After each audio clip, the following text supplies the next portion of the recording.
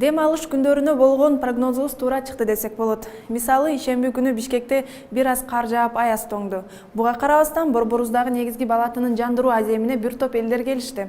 Күн аябай суук болгондуктан майрамдык маанай тартуулоо үчүн келген жылдыздардын сахнада кышкы кийими менен да үшүп турганы билинип турду.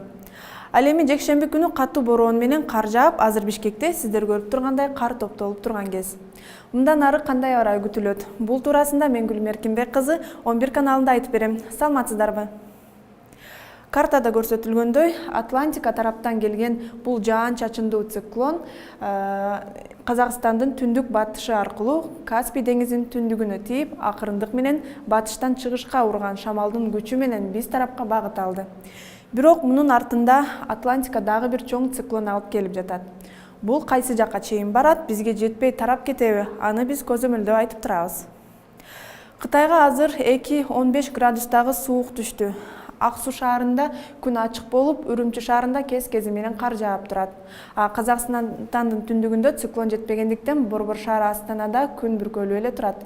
Бирок алдыда кар жаашы күтүлөт. Ал эми Алматада кечинде жаа баштайт. Өзбекстанда күндүзү абанын температурасы жогору болуп, түнкүсү ченемден жогору жылуу болуп турат. Ошон үчүн эртең Фергана өрөөнүндө, Ташкент шаарында, булардан алыс жайгашкан Нукус өрөөнүндө да күндүзү жаан жаап, кечинде суук түшүп, кар тоңот. Түркмөнстанда да ошондой. Дашогус өрөөнүндө күндүзү күн жылган үчүн жаан жаайт. Ашхабадда жааган жаан себелеп турат.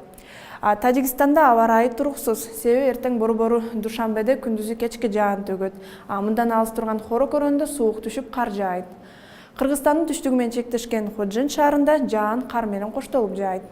Кыргызстанда түнкүсүн жаан чачын күтүлбөйт. 22 декабрда айрым жерлерде кар жаашы күтүлөт.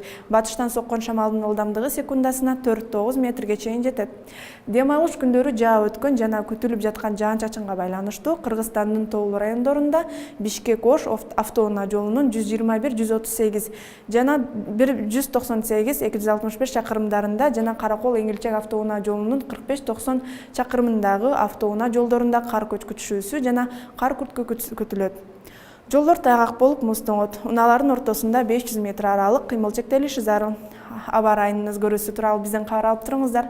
11 каналы сиздерге булутсуз маанай каалап, өз ишин улантат. Көрүшкөнчө.